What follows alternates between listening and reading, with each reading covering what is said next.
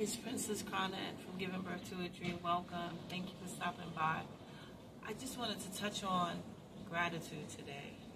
One of the biggest things that robs us of joy and peace and excitement is the lack of gratitude.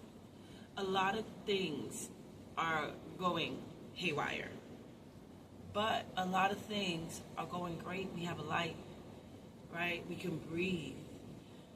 In appreciating my lungs, I never thought to appreciate my lungs. That's, it goes with the package called the body, right?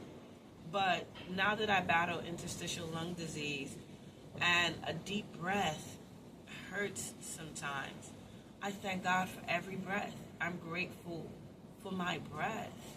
I went to a conference and there was a gentleman that was up speaking, and he was speaking about how he got third-degree burns and how much of his body was covered in pigskin, that he had to have this surgery to basically for him to have skin on his body.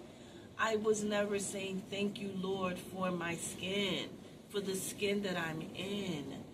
Never. Until I started getting, my skin breaking out very, very bad because of, again, battling with the autoimmune. It reminded me of this gentleman when he spoke about his skin and how grateful he was for whatever skin he had, that he can have skin, the amount of time it took for it to heal, and the amount of challenges he went through in that process, dealing with infections and things like that. And I had experienced what it is when your skin, it just looks like it's decaying, it's eating away at itself. And I thank God for a supportive family, and I thank God for his grace, and I thank God for, all natural products that I could have put on it. Being grateful doesn't mean things are perfect. It means we thank God for what we have. It means that we are grateful for where we are.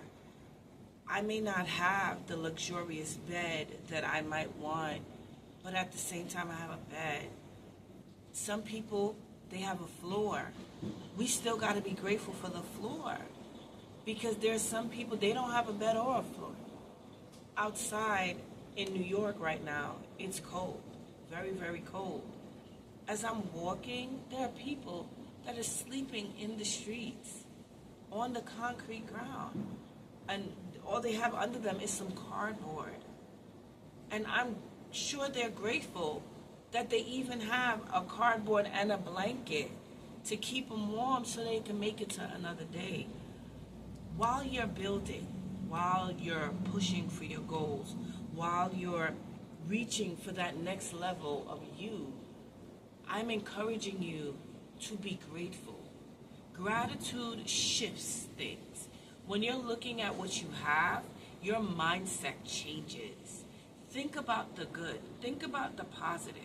Think about the productive. Even the good book says for us to think in a positive direction, right? Whatever's lovely, whatever's a good report, we think on those things.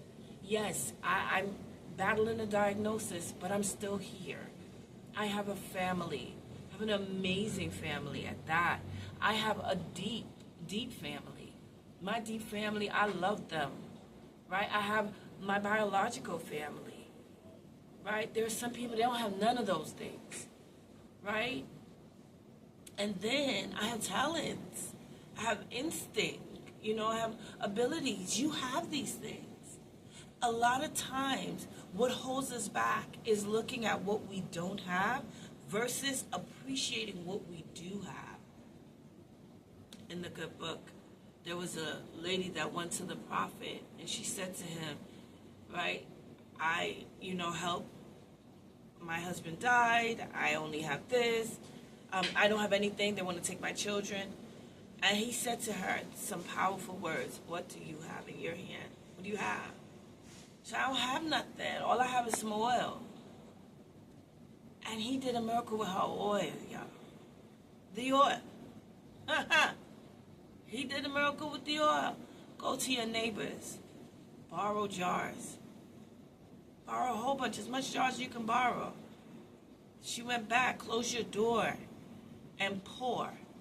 And that one bottle of oil, she was able to fill up all these jars. And he told her, he goes, go ahead, sell it, and then live off of the rest. All of that, all she had was the oil. And he was able to do a lot with the oil. Just that one thing of oil. Say she wasn't, well, I don't have nothing at all. She didn't even think about the oil. You got to think, what do you have? Thank you, Lord, for what I have. Thank you, Lord, for where I am, on the way to where I'm going. Thank you, Lord, for the journey. Some people, they don't even have a journey, right? People in the ground have nothing. We have to be grateful. Grateful for where we are, on the way to where we're going. Thankful. Thankful for God's grace and His mercy and His love. I created a gratitude journal. I have 3 of them that I designed. One of them is available on my website. It's a 14-day gratitude journal. And in that journal, what I'm doing with all these gratitude journals that I'm designing, I am training myself to look for the good instead of looking for the bad. I'm looking to shape my mind, which I'm way better than I was before. And I thank God for that. Looking at what I have versus what I don't have.